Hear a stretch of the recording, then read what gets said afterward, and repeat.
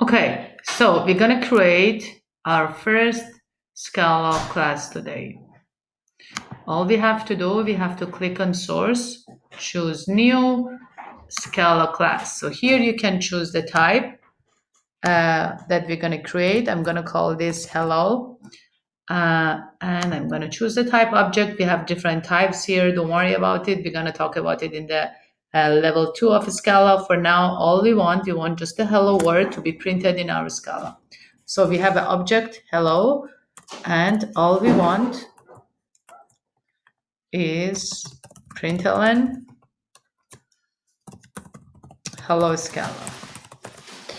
Okay, to make this runnable, just gonna extend app. We're gonna talk about this later, but for now, this is like a main in that we have in Java, the main method. Okay, so now we're gonna run help, and we will see that the hello Scala just got printed. And guess what? You don't need to add semicolon here like Java.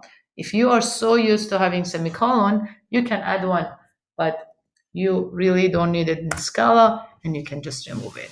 So that was the first hello word of Scala. Thank you.